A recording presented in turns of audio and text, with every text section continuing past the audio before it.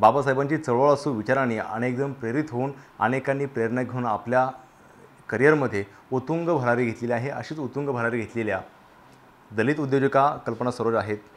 Madam, बाबासाहेबांचं महापरिनिर्वाण दिन आहे। बाबासाहेबांचे विचार असेल, बाबासाहेबांची चळवळ असेल, आज तुम्ही या क्षेत्रामध्ये उत्तुंग भरारी घेतली, कितपत हे सगळे विचार आणि हे तुम्ही घेऊन पुढे चाललात?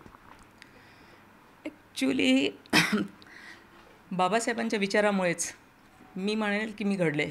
असं होतं की बॅकग्राऊंड जर आम्ही मागे बघितला तर त्याच्यामध्ये काहीही नव्हतं, म्हणजे अगदी झिरो म्हटलं तरी चालेल। आम्ही झिरो होतो, धड खायला नव्हतं, अंगावर कपडा नव्हता, म्हणजे ही परिस्थिती समाजाची होती। आणि तशा समाजातून एक महिलेने पुढे येऊन इथपर्यंत जाणं ही काही साधी गोष्ट नव्हती, एक प्रकारे तारावरची कसरतच होती।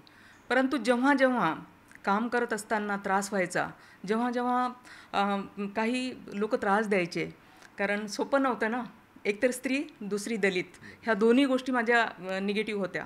तरी देखील जेव्हा कुठे त्रास व्हायचा तेव्हा बाबासाहेबांचे विचार मात्र यायचे की हक्क मिळत नसेल तर तो हिसकावून घेण्याची ताकद आपल्या मनगटात असली पाहिजे।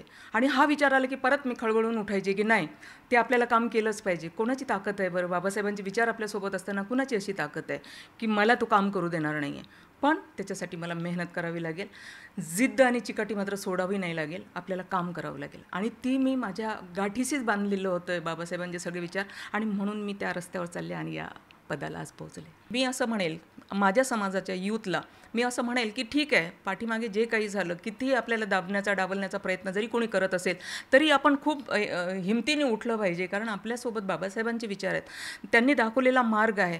तर आपण मागे वळून न बघता पुढे चालण्याचा प्रयत्न जर केला तर नक्कीच आपण देखील बाबासाहेबाचं स्वप्न पूर्ण करू शकू। कारण बाबासाहेबांना जो प्रेरित होता त्यांचा समाज, की त्यांचा समाज पुढे आला पाहिजे, सुधारित झाला पाहिजे, तर तो नक्कीच होईल। पण त्याच्यासाठी मागे बघण्याची गरज नाही, पुढे बघण्याची गरज आहे।